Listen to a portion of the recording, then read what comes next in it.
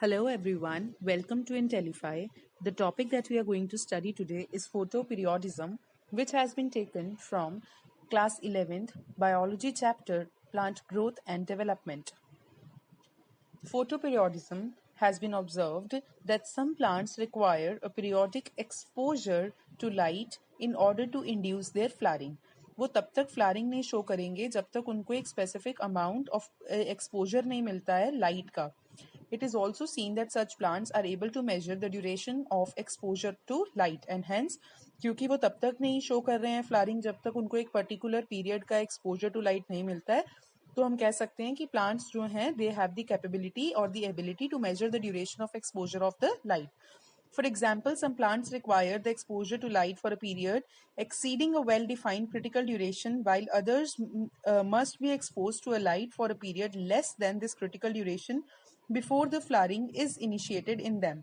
Flowering शुरू होने से पहले कुछ प्लांट्स को ज़्यादा चाहिए एक्सपोजर टू लाइट, कुछ को कम चाहिए. बेसिकली ये सेंटेंस ये बताना चाहता है कि डिफरेंट प्लांट्स के लिए different requirements of exposure to the light होता है.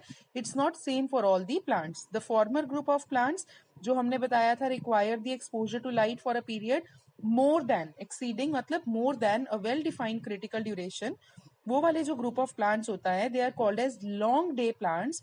वाइल द लेटर कौन से हैं?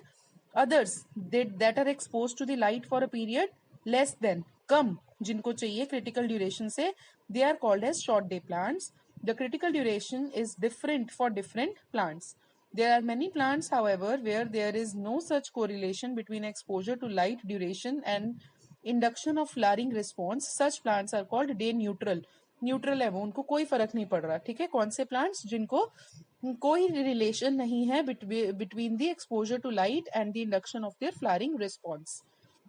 Now, it is now also known that not only the duration of the light period but the duration of the dark period is also equally important, है ना. ऐसा नहीं है कि अगर आपने उतना अमाउंट ऑफ लाइट दे दिया इज इनफ, उसके बाद जितना वो डार्क पीरियड ले रहे हैं उनको उतना required amount of dark period भी इक्वली इंपॉर्टेंट है. Hence, it can be said that flowering in certain plants depends on not only a combination of light and dark exposures but also there relative duration. सिर्फ ये नहीं कि एक plant है मैं उसको जब चाहे लाइट दे रही हूँ जब चाहे डार्कनेस में रख रही हूँ. नो, एक स्पेसिफिक पीरियड है जितने पीरियड के लिए उसको लाइट चाहिए, जितने पीरियड के लिए उसको डार्कनेस चाहिए, तभी वो फ्लावरिंग शो करेगा.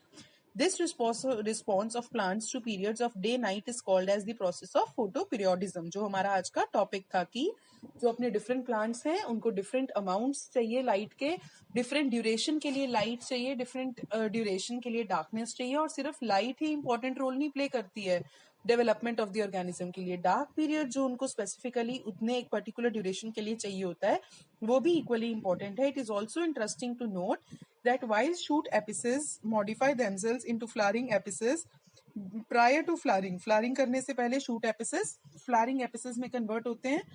they, that is the shoot apices, by themselves cannot perceive photo periods. वो खुद से photo period को perceive नहीं कर सकते. जो sight है perception का लाइट या डार्क के, they are in the case of the leaves. Perceive किसने करना है ये duration of light and dark? Leaves. It has been hypothesized that there is a normal substance that is responsible for flowering. Hormonal substances हैं जो कि responsible हैं flowering के लिए. This hormonal substance migrates from leaves to shoot apices for inducing flowering only when the plants are exposed to the necessary inductive photoperiod. कह रहे हैं कि फ्लावरिंग करने के लिए शूट एपिसिस को फ्लावरिंग एपिसिस में कन्वर्ट होना पड़ता है, और फ्लावरिंग के लिए प्लांट को specific amount of light and specific amount of dark durations चाहिए. लेकिन ये जो लाइट एंड डार्क ड्यूरेशंस हैं प्लांट परसीव करता है not by its shoot apices जिन्होंने एक्चुअल में फ्लावरिंग एपिसिस बना के फ्लावरिंग करनी है. It is to be done by something else, that is by the leaves. And there is certain kind of hormonal stimuli जो कि लीव्स जिन्होंने sense किया है specific duration of light and dark period send this hormonal stimulus to the shoot apices to convert to flowering apices for the process of flowering. Now here you can see the diagram which is showing you flowering and no flowering stages. and red line shows their critical photo period. How a day neutral plant has no effect with the light.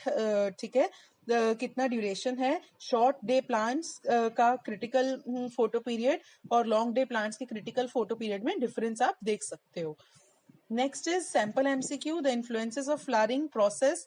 What influences, इनमें से the process that influences the flowering process is photo period. अभी हमने देखा कि सबसे important process जब हम देखते हैं, अब इसमें अगर आप बाकी चीजों को देखोगे आपको लगेगा ये भी तो करता होगा, ये भी तो करता होगा, but especially the most, अगर कभी आपको किसी MCQ में ये लगे in a question you find more than one answer is good, always go for the answer which has the maximum influence.